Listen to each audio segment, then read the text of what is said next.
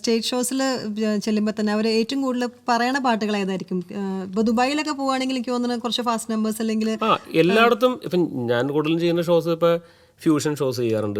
Fusion പല ആർട്ടിസ്റ്റുമായിട്ട് collaborate ചെയ്തിട്ട് അങ്ങനെയുള്ള ഫ്യൂഷൻസ് ചെയ്യാറുണ്ട്.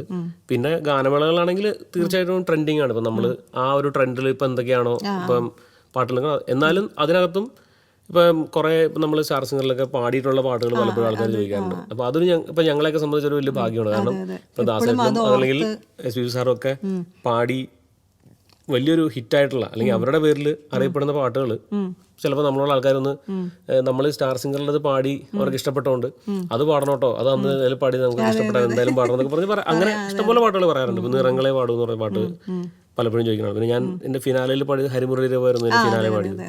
അപ്പം അത് ചോദിക്കാറുണ്ട്.